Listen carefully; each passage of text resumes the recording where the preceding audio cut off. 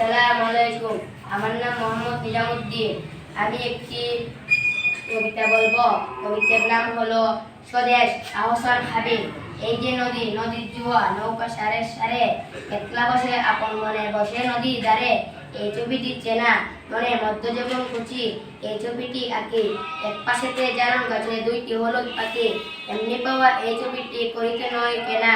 মাঠের পর মাঠ চলছে, নেই যে শেষ, নানার কাজে মানুষগুলো আছে নানার বেশ। এই মাঠের মানুষ যায় মাঠে, হাটের মানুষ হাটে, দেখে দেখে একটি ছেলে সারাটি দিন কাটে। এই ছেলেটির মুখে সারা দেশে সব ছেলেদের মুখে টুক টুক। কে তুমি ভাই প্রশ্ন করি যখন, ভালোবাসা শিল্প আমি বলবো হাসে তখন। এই যে ছবি এমন আঁকা, ছবির মতো দেশ, দেশের মাটি দেশের মানুষ নানা রকমের বেশ। বাড়ি বাগান পাখিলি সব মিলে এক ছবি, নেই তবু নেই রং, তবু আঁকতে পারি সব।